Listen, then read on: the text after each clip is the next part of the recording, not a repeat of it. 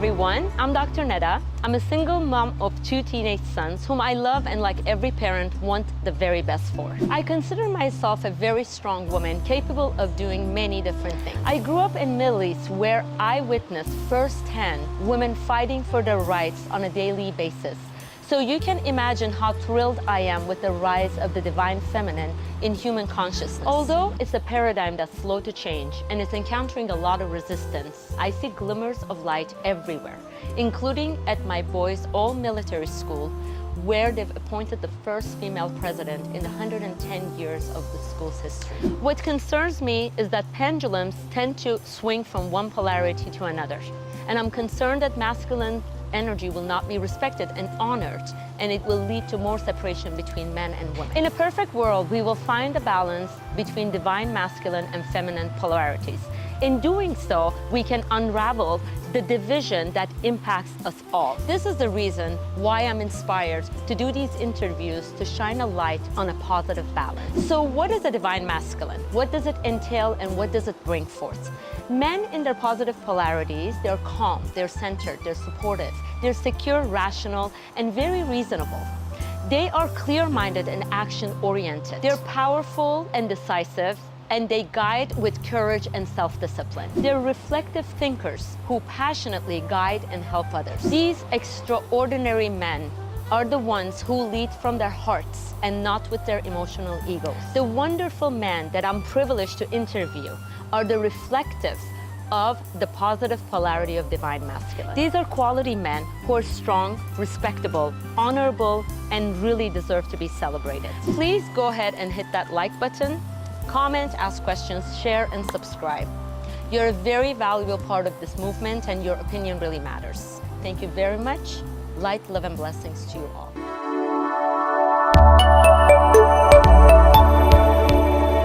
Hello, everyone. I'm Dr. Neda, and I'm very thrilled and excited to have Mr. Sean Azimi with us on our show today. He's a very interesting human being. He's had 38 different jobs. He's worked in 10 different fields. He's had 7 surgeries. He's a cancer survivor and many, many more things that we'll share with him today.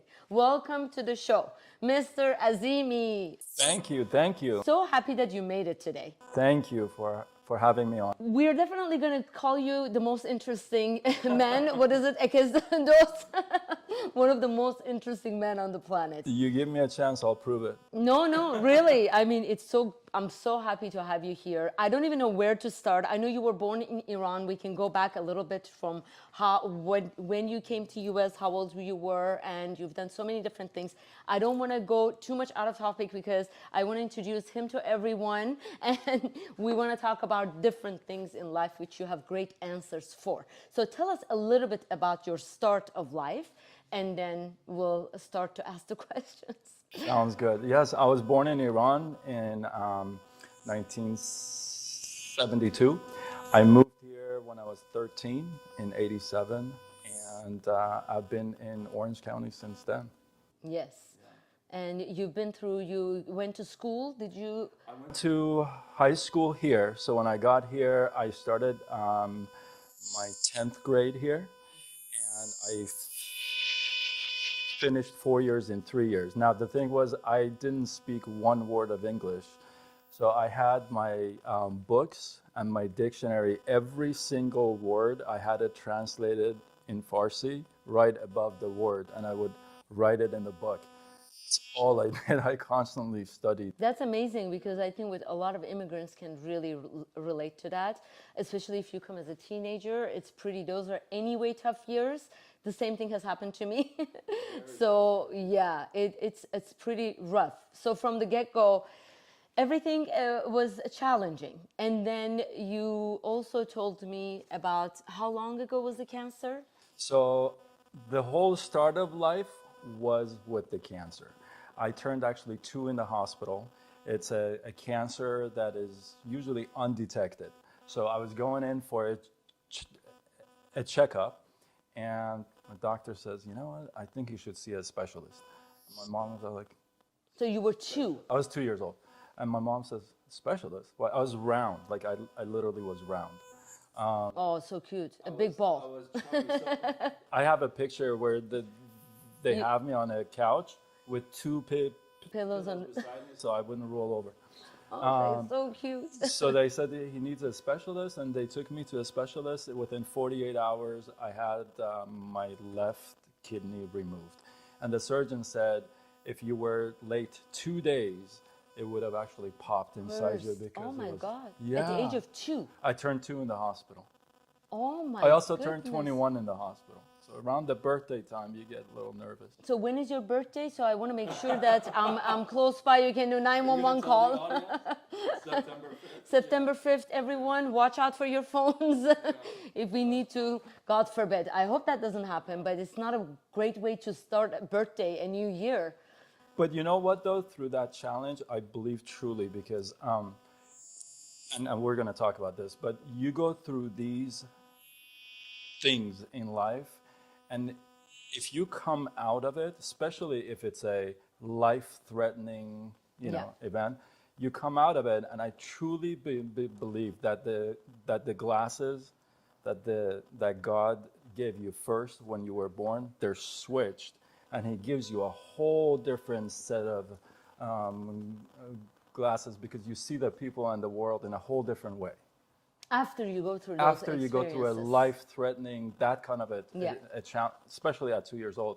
So I always say, I had to fight to stick around to live at such an early age. Yeah. So fighting is just that's part of your nature to survive and be here, and that just tells us how special and precious life is.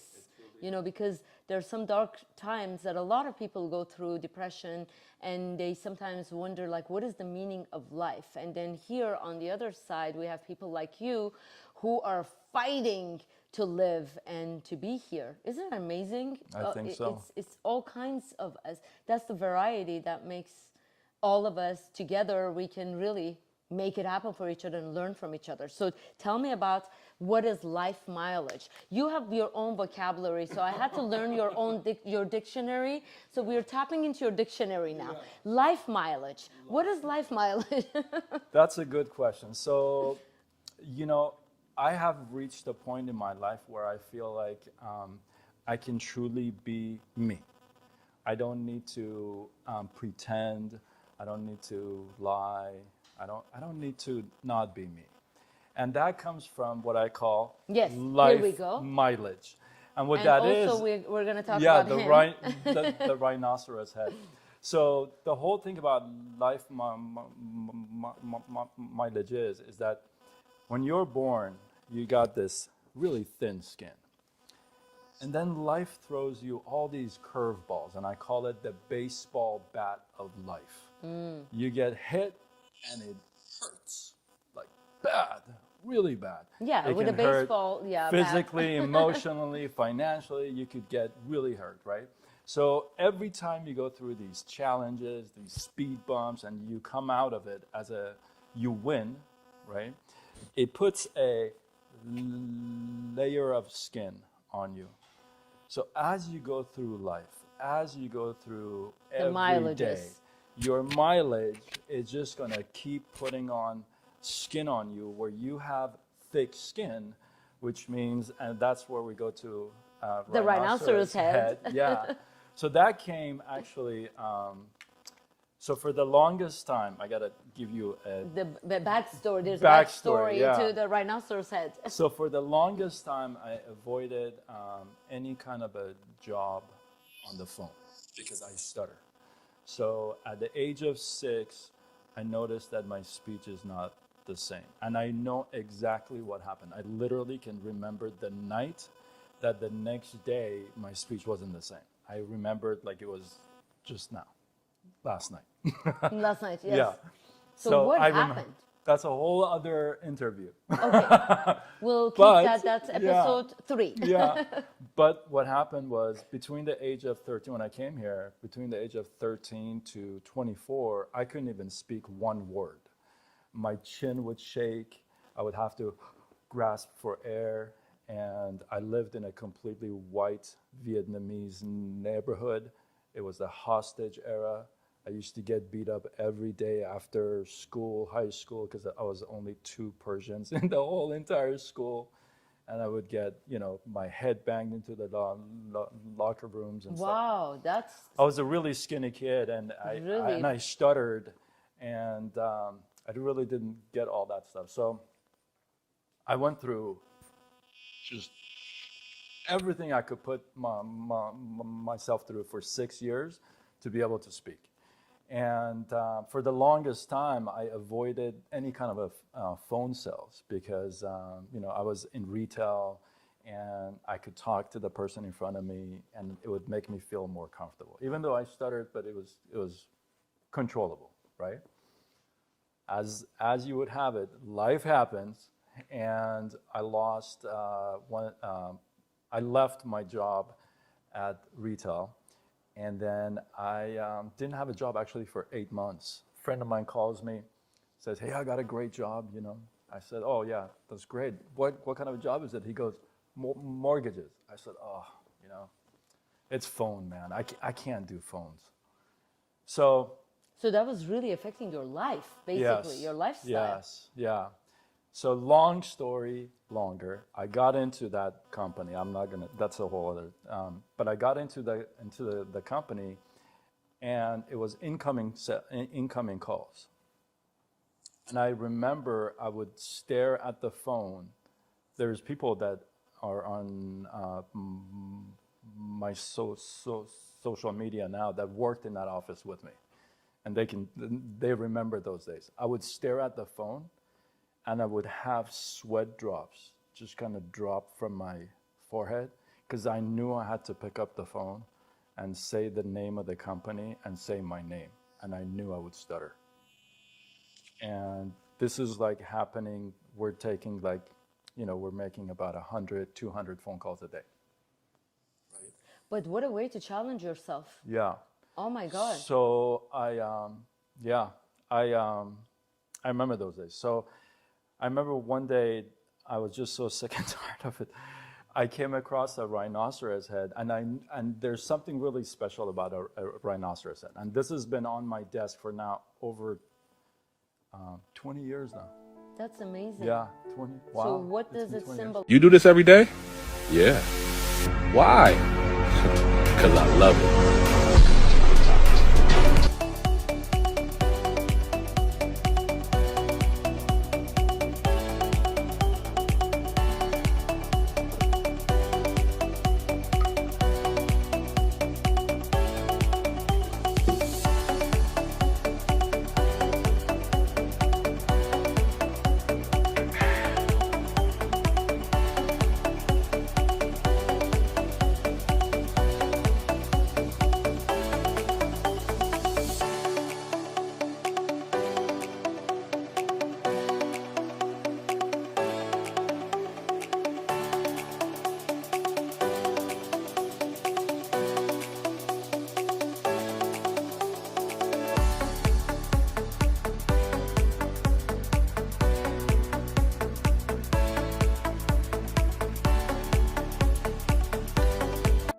So a rhinoceros has an 1.5 inch thick skin, and it weighs about a ton. And I'm told that they don't see the first 4 feet in front of them, and they take off at a speed of 40 miles an hour. Wow. Okay. That is fast for 1 ton Yeah. weight. And you can imagine, what do you think is going to affect whatever hits a rhino? It's probably not going to, you got 1.5 inch thick skin, you weigh a ton, you take off at 40 miles an hour. Yeah, you're definitely You're not going to get gonna affected worry by much. about, And that's kind of the mentality. Every time that I have a rough day, rough time, I mean, initially it was just so bad on the phone. So I was going to ask you, what inspires you and lifts your spirit up when you're down? So is it him that does that to you, for you? That's a good question. What lifts up your spirit when you feel down? And I have been down. I know. I mean, your story is like filled. I think from your life, we can make at least 4 or 5 lives out of your life. What lifts me up is that I truly believe that there is better. This is not the chapter that's going to end. This is not how it ends. Oh, So that keeps. I look to the next chapter. I know, look, you go through a book, you may have a chapter where everything's just going nuts, but that's not how the book ends. That's correct. You've got to be able to go to the next chapter. You got to welcome the next chapter. Even though the next chapter, it may be another dark one, but then there's another chapter. It just So is won't that what end. inspires you in life? That has been a key for me for years, for a long time, because of stuttering and, you know, being bullied, no support, this and that. So that's always been the thing for me. I'm kind of on my own life mileage. I'm getting it. So my next question is going to be, what would you like one thing for people to remember after you're not, when we're not, none of us are here? that's a good question. So one thing that I want, this is one thing that is one of my goals. When I die, I like to have 1,000 people at my funeral that I've never met before. Wow. That's my goal. Why is that important to you? I want to be able to move people so much that they could contribute to others. They could just say, you know, because of this guy, I did this. And we've never met them before. I've never met them before. They've either seen me through videos or my coachings or, you know, other channels, but I've never shaken hands with them, and just complete strangers. That's amazing, because I like that. you have almost left a legacy behind. Yes. And made a difference in people's lives you've never got to meet even. You know, it would suck to come in this world and go and nobody remembers you. That would kind of suck. What the heck did you do here? You're right. I mean, it's almost like we all as humans always looking for meaning to our lives. What is the meaning of living anyway? It's way more than, I mean, I love animals and they're doing what they're genetically designed to do, of course, but we're a little bit more than that, right? Absolutely. So hopefully we can contribute, help each other, make each other's life. And like your story is so inspiring from age 2, you've been struggling and now you're 50 to 50. Just 50. No twos. You Okay. could add the 2 in 2 years. Just keep adding. Yeah. No, but I'm just saying, all these years, Yeah. you have had a big story, and it is inspiring because, you know, everyone has a story, and when somebody else listens, they're like, oh, I went through that too. Yeah. If he can do it, I can do it. You know, it's humans. It's all about the stories, and I believe stories need to be shared, not stored. Oh, that's beautiful. There's a reason why you go through this stuff. You don't go through the hassles of life just to sit on them and not tell anybody. The whole reason why you're going through that is because you got to learn through it and teach others from it, right? So you're going through all these struggles. I mean, you have me here because of my struggles. Absolutely. You wouldn't have me here if I was just having a fairy tale. And also, honestly, my biggest concern is everybody is extraordinary in their own way. And for me, from the beginning when I started this movement, I always said that I'm going to shine light on ordinary people who are extraordinary. Because we're all extraordinary in our own ways. We don't need to have, of course, you have idols, people you love, you learn from. But you can learn from even a 5-year-old. I mean, it's amazing. We can learn more from a 5-year-old. Absolutely. These days. Even from my dog, I learn, you know. I mean, we can learn. So it's amazing to all get acknowledged. As you said, share our stories and reach out to more people, because only, let's say, 2% of the planet is at the top 2%. And it's beautiful. We learn, we look up to them, or whatever. I mean, I feel like we're all equal anyway. But at the same time, you can learn from people that you can relate to more. Absolutely. You know, like if I can relate to, oh my God, I was bullied. Literally, I was bullied too when I came. I was in high school, 13. Couldn't fun. speak the language. So when you say that, thank God nobody beat me up, thank God. But I could somewhat relate to the bullying part of it and how torturous it was. And I wanted to leave. I didn't want to be in the U.S. It's like, where's the next plane? Can I get a ticket and go back? I remember those days. Yeah. So see, we can relate to each other with our stories. Stories are so important to share. You got to share Absolutely. those stories. So yeah. another thing is, I mean, we talked about stories, but what do you think connects humans together? What do you think is one thing that you would say connects people together? That's a good question. That's a really good question. It, I would it say doesn't need to be one. Maybe it's more than one. it would have to be love. Because if you don't have the love, you can't connect.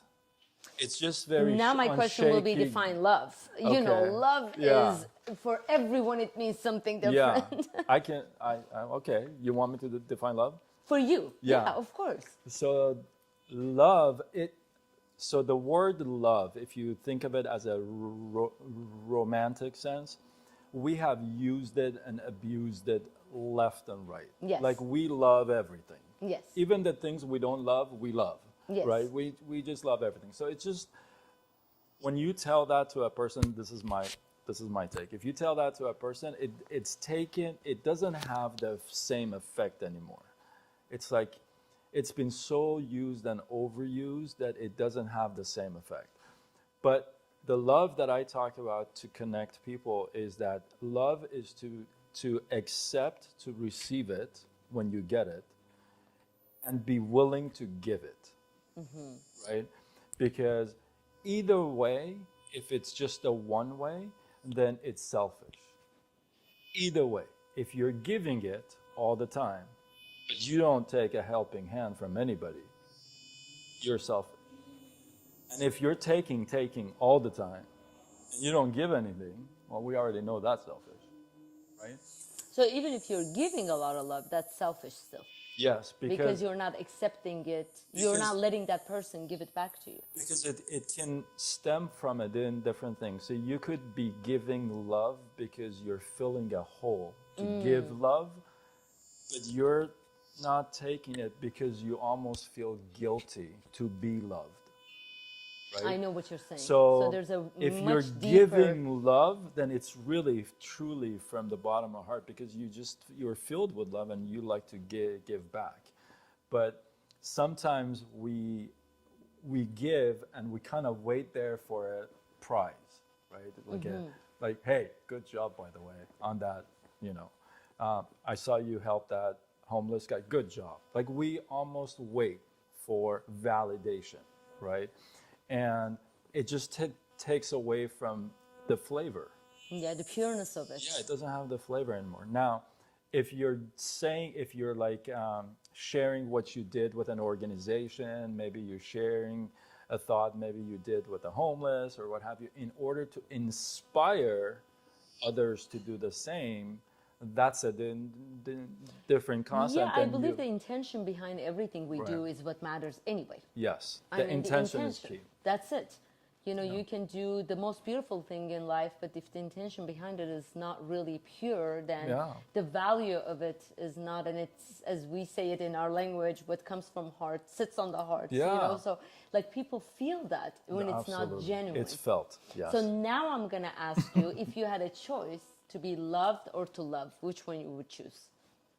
I have to take both. I mean, I like to be loved. I mean, if you only had one choice, would you rather love or be loved? Which is for you more I important? like to give. I like to give. I like So, that. to I love. like to see the reaction. I do like that because, I've been down before. There have been people who helped me, and I never forget that. It's a good feeling. I think as humans, that's one of the most satisfactory feelings that we could really have, when you can help another, when you can make a difference for them. I don't know, for me, I think that's the most rewarding feeling. If you think about it, when you give, it's really actually selfish because you're giving because it makes you feel good. Exactly. Like when you go to a Exactly. restaurant and you tip more, you feel good all day. You're like, I tipped And I couple make bucks. somebody's life a little better. Even It's with like a selfish thing. You feel good. Even with my patients, it's interesting you say that. When I treat my patients, I always thank them.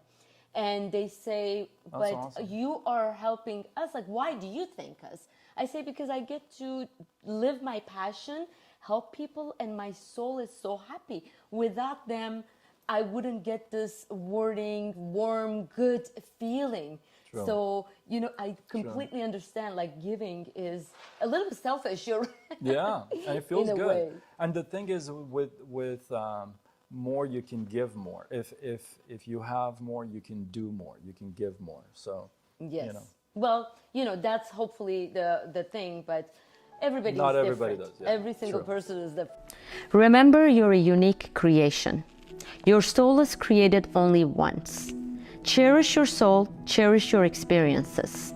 Let your truth shine through you. This is not what you see with your eyes. This existence must be felt with your heart.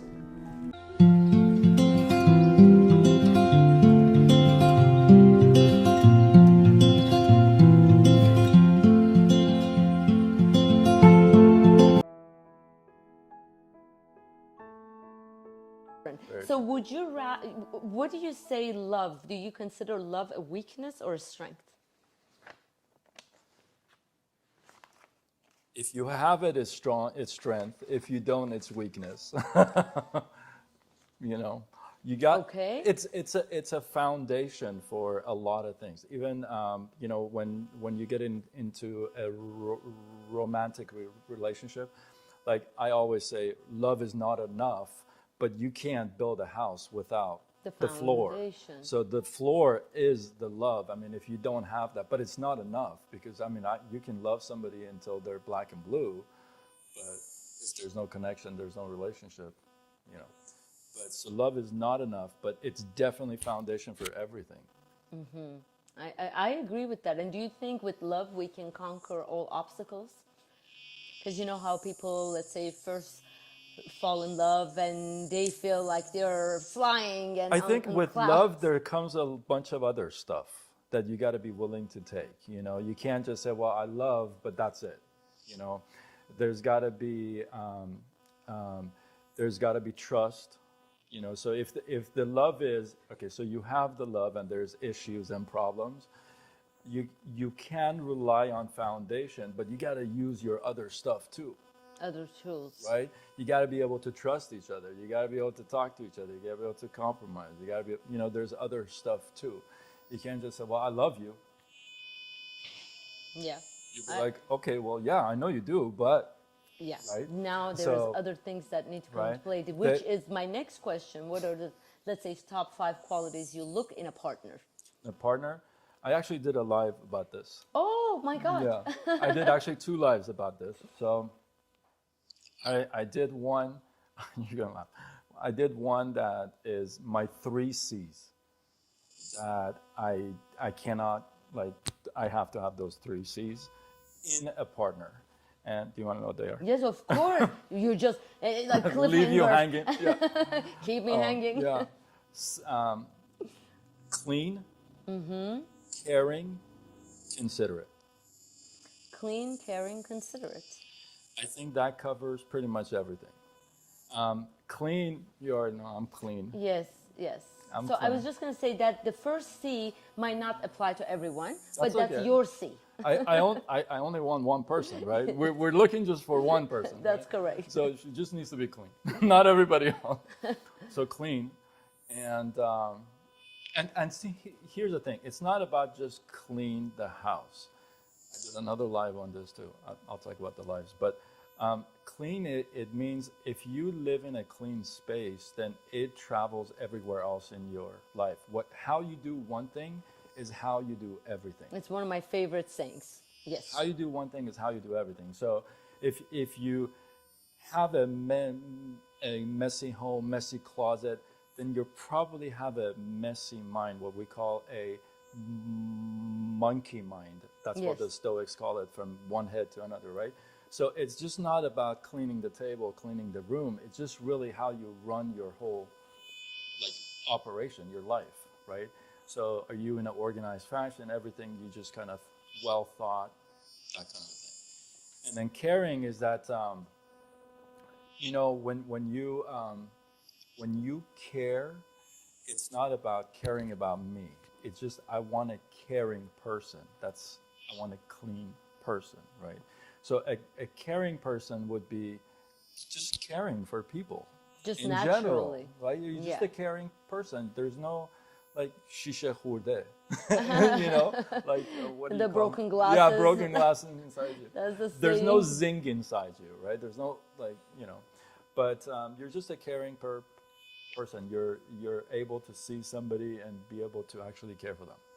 And then the considerate thing is this is like one of those big things. It's like let's say for example, I'll give you an example. Let's say I'm sleeping in the room and you come in and then bam, turn on the lights and slam the door. That's not real considerate, you know. So, you're walking inside, somebody's walking behind you, hold the door for them, that kind of stuff. So those are my 3 non-negotiable C's. That's amazing. That's amazing. See, we all have our non-negotiables, and those are yours, the 3 C's, and you've actually went live on those as well. So what is one important lesson you've learned about love with all the experiences that you've had since childhood? Love can love can change. Love can turn into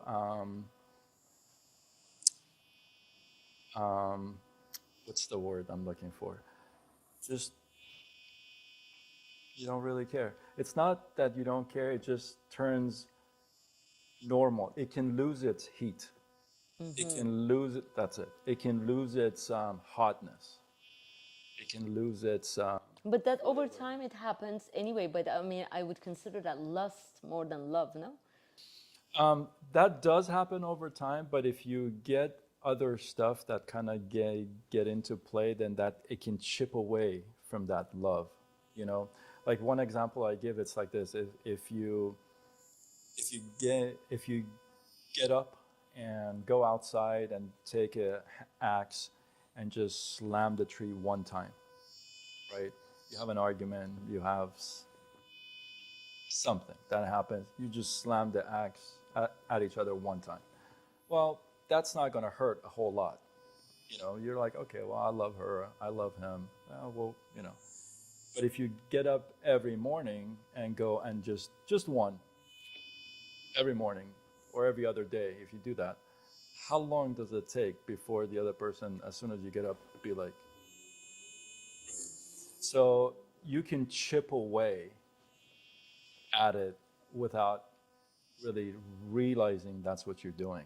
Yeah, it's interesting because I think that's when self-awareness and working on yourself comes into play, because we just had this discussion a couple nights ago that some people really feed off of arguments and drama, and they're not even aware of it, because we were just talking about, I'm like, why can't we all just get along, have a good time? Of course, arguments is going to happen, but let's move on, learn from it, and just not drag the situation for too long. And she made me realize that some people really, and that's, I think, when I've tried to work on we are all work in progress.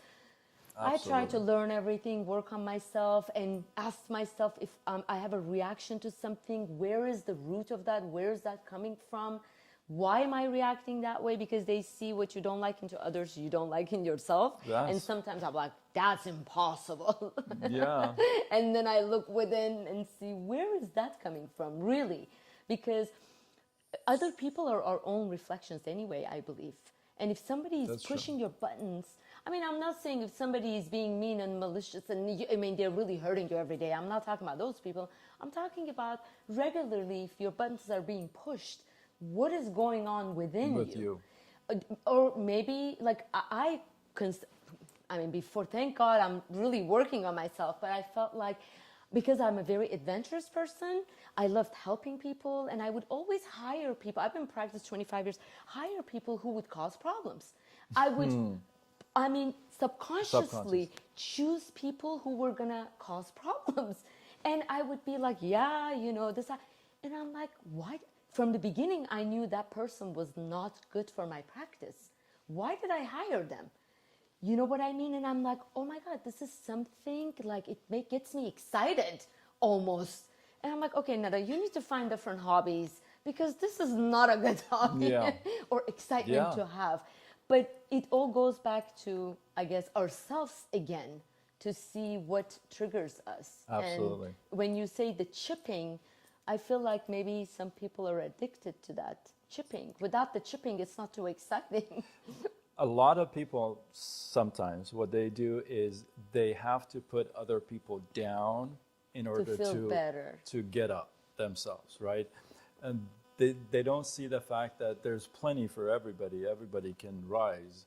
But some people, it's just like they have to put others down in order they feel like they are above everybody. And that's, you know, the chipping, they get high on that. They enjoy it, you know. The best thing to do is, you're right, just walk away. That's the best thing you can do. I believe that, you know, for everyone, their peace is very important, especially in today's society. We already have a lot going on. I mean, you look everywhere in politics, education, businesses, everywhere there is so much stress that I feel like when you have your close family, friends, partner, that's where you find peace. And if there's not going to be any peace there either, then it's better to be alone. Forget about it. Yeah, absolutely. You know, especially if you enjoy your own company. Yeah. You know what I mean? I mean, that's how I see it. But as humans, we all need each other too.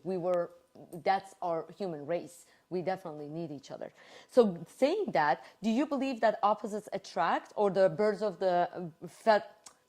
a feather flock together? What do you think about that? Since we were talking about humans. I remember taking Dr. Holaqui's class like a long time ago, when he just started doing the classes. And I remember one time... He's a very famous psychologist, but he's a sociologist. He's amazing in our community, yes. So he one time said, opposites attract and then attack. And I never forgot that. Exactly. I never forgot that. That is kind of true. It can be hot in the beginning because it's so unique on both sides. But then after a while, there's got to be some commonality, right? If there's not, I call them the MVP, right? Your morals, your principles, your values. They got to be in line. If they're not, it's not going to, it's just, eventually it's just going to fall apart. The MVPs. I love that. Yeah. Morals, principles, and values. They got to match up. You're the basic stuff. Yes. The 3 C's and the MPV. Oh my God, this is like, I need to start taking the notes numbers here. And all the that's funny. So what are some of the signs that you personally get when you are in love with somebody? Like, how do you know that you're falling in love with someone? You know, I did a live on this too. That's amazing. I love that. You have all the answers to the questions. I do. That's funny. You know, thanks for stopping by, but you really didn't have to come by. We do this through social media. You know that, right? Great. And you brought somebody with you. Who's this? I'm Dale. I'm Brennan's stepbrother. Okay. All right. What do you say we interview you? Go ahead. You go ahead. How much money do you make a year before taxes? Okay, we actually don't make any income claims whatsoever. Come on! I know. I tell you what. Why don't I ask a question? Why don't you tell me a little bit about yourselves? We want to tell you the stuff we're not good at. Our weaknesses. Okay, that's a little different, but okay. Go ahead. We're not generally comfortable in an office setting, I would say. I get cooped up. You don't have to go anywhere. There are no office meetings or coffee shop meetings or hotel meetings or I won't go into an office that's ever been used before. Or in-home meetings. None of that stuff. I am no good before 11 a.m. And you can work whenever you want to, even after 11. I also get headaches from computers. All you need is your smartphone. We're slow learners, and we're not particularly good listeners. You gotta be coachable. We're also slow learners. So does that mean you're coachable? I'm gonna be truthful with you. Some guys would say, "Oh, this, that, the other," but I'm telling you, the first thing is your looks. The looks have I think every single person gotta agrees be with there. that. I mean, even for women too, in some ways. I mean, these days it's got to be looks, right? So you have a certain look that you're attracted to, and with that, okay, you know what? Personality is great and all that, but You're talking about first impression. yeah, you can't really do a lot with great person. You know, you got to have the looks with the personality. So looks is very important. Personality, you know. I have a strange sense of humor, you know, so it's not okay with everybody. So just So, and also probably all of these when you feel comfortable with that person. I'm very open. Yeah. I'm very loud, but I'm very private. So I may make a lot of noise, like, but there's not a lot of people that know the personal stuff about me, unless you get in my one circle near me. I have these five circles that when you get this close, then you know you're open to everything. That's interesting. Yeah. That's amazing. I love the layers. Yeah. Because Because not I'm everyone very gets to come comfortable. to the first. Yeah, and that it takes close. time, right? Yes. Because I don't expect to be in the first circle with that person day one. You know, I have to go through certain things. I get it. But I think about logic a lot. You know, my stuff is all logical, analytical, because I've been in the mortgage industry for 19 years. I've done like the percentages and numbers. So more logical and yeah. So, talking about logic, can love exist without passion if you are logical about it?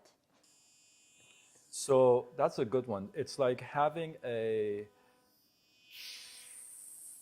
fireplace without fire, Yeah. right? Yeah, it can. I mean, it can exist, but it's not going to do any good, right? That's a great analogy. The whole point is to give heat, right? Yeah. I mean, I have love, but you got to be able to passion. It just kind of gives it. It's like a bland food, right? But when you have spices and there's a flavor, aroma to it, you can't wait to have it. That's right? correct. You can't wait to have it. But I can tell you I love you all day, and right? So the passion is that. The fuel fire. and the fire. Yeah, that makes sense. Yeah. So, what is the biggest sacrifice you've made for love? Now we're really getting to the first Oh, circle. man. We're getting really close. At least we're on the second Yeah. or the third circle, right? Like we're going with it. The biggest sacrifice I have made for love. I packed up and moved 2,000 miles away. Wow. Yeah, for the first time. I sold everything I had. I got in the car, drove to Michigan. And you left everything behind. Yeah. Yeah. And you call it sacrifice. I would. Were you Right now, I do. sacrificed? I do now. I do now. I do now because obviously it didn't turn out to be what we thought.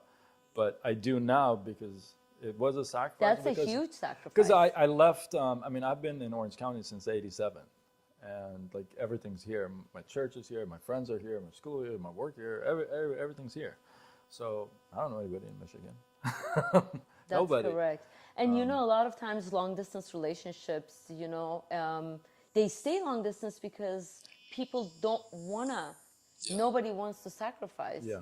And usually it ends because no one person wants to make the change or take the step, but you did. This was one of those things that, and if you know me, you would know that this is not me. Like, that is not If you me. know me, Like, you know me, you know that's not me. Like, if you were my best friend coming to me and telling me this is what I'm going to do, I would do everything in my power to stop you. Like, I would.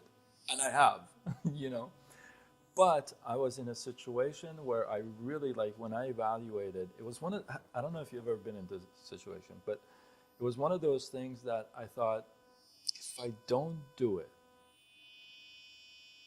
am I gonna think about this for like ever, what could have happened, Yeah. you know? Yeah. And I remember the night before, I was going to the gym with my best friend, and we were walking in, and he's looking at me. He goes, Swerve. He calls me Swerve. He goes, Swerve, are you sure, man?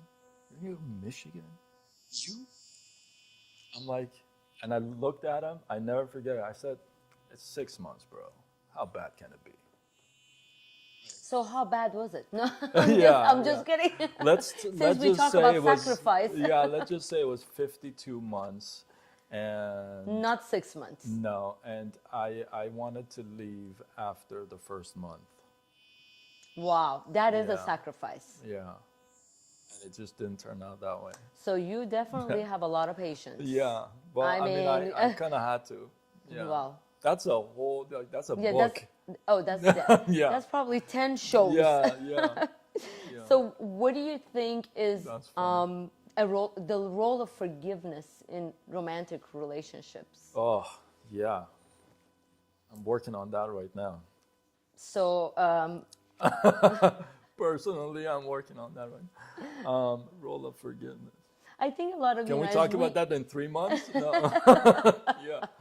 No, but I yeah. really believe that forgiveness is, we all have heard forgiveness is for yourself. It doesn't Yeah. mean you're forgetting, all that good Please, no, stuff. just All that good Yeah. stuff. But it's true. It is for yourself, but it's one of the hardest things you can do because, to forgive somebody who's easy to forgive, that's easy. Everybody can do that. It's like, oh, no problem, right?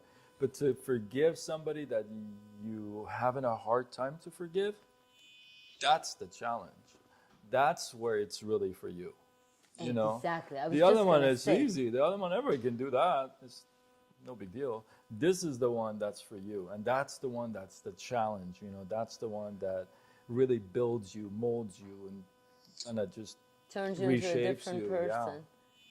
But for me, I feel like forgiveness, it's about not holding anything. I mean, I'm a kind of person that I forget anyway. So, which I think is one of my best Yeah. qualities I have. Because people say, remember we had an argument? I'm like, I don't remember, but Oh, what wow. was it about? Remind me so we can argue Argue again. again, No, yeah. I'm just kidding. No, but I'm just saying that overall, forgiveness is, for me, I feel like when you're neutral about the subject, when you don't have any more reactions to it, you know what I mean? Like, because everybody can define forgiveness in a different way. For me, I found out that when there are people that I think of, or, that, let's say they've done bad or whatever, who's to decide or judge, right? But when I don't have any more reactions or feelings toward it, I'm like, wow, it's healed within myself. How do you think So there's there's- some say in that? So I feel like there's 3 parts to forgiveness, right? So the first part is that it has to match what you're trying to be forgiven for. Like if I dropped a glass of milk on the floor, the forgiveness is very different than if I cheated on you.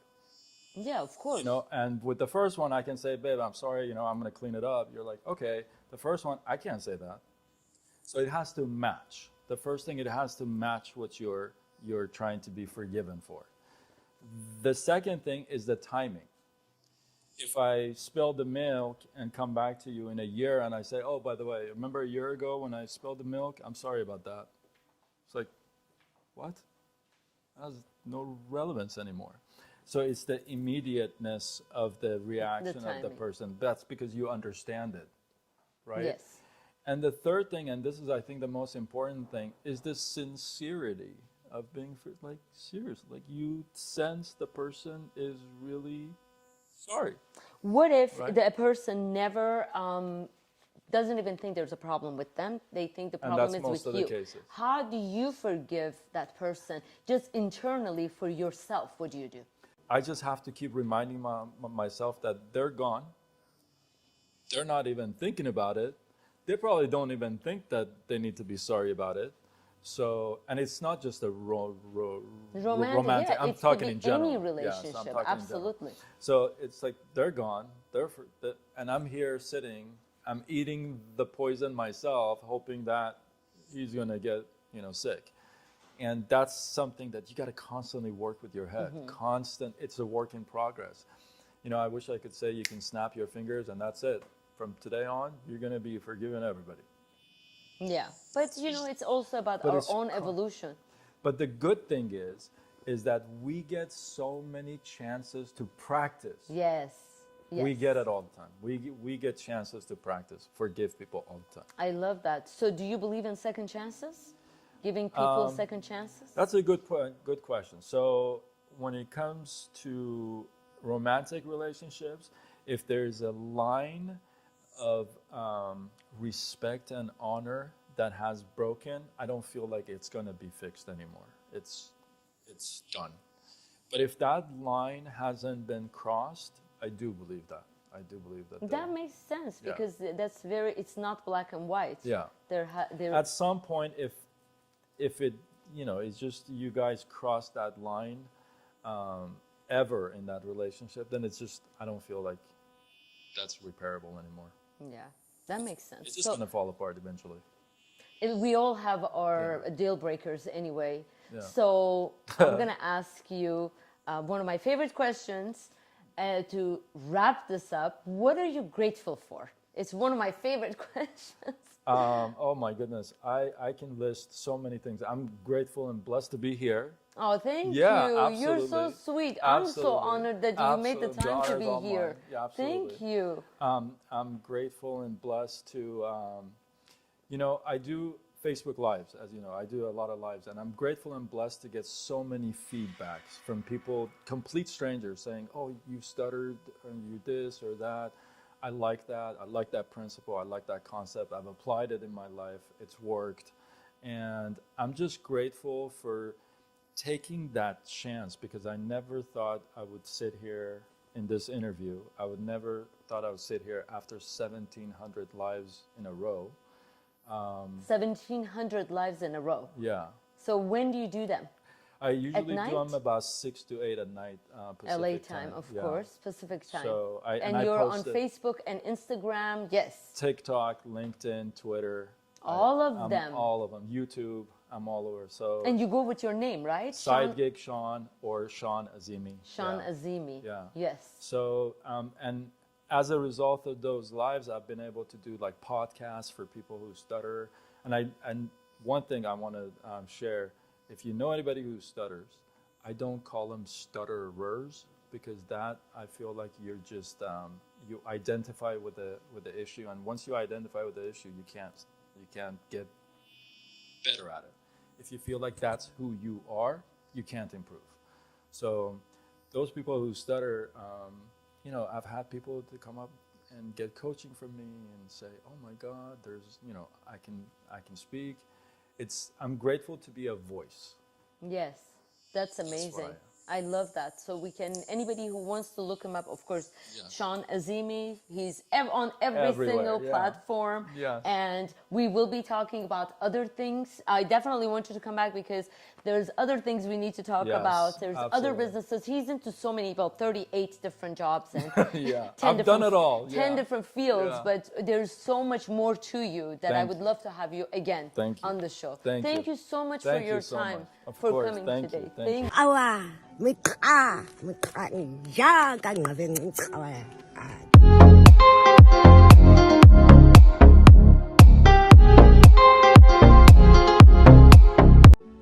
Hello, this is Elisa. I'm Elisa Cardenas, and I came here with Dr. Neda to the Cairo because I was experiencing pain in my back. As I was washing dishes, I can feel the burn. My pain was 100%, and now I've been coming with Neda for the past 5 sessions, and I've been feeling wonderful now. It's been it went from 100 to 60%, and I've been feeling way much better. And I thank Dr. Neda for that. And I really recommend you guys to come here. It really helps. And so come come and get your treatment. It really helps. It really works. Please go ahead and hit that like button, comment, ask questions, share, and subscribe. You're a very valuable part of this movement, and your opinion really matters. Thank you very much. Light, love, and blessings to you all.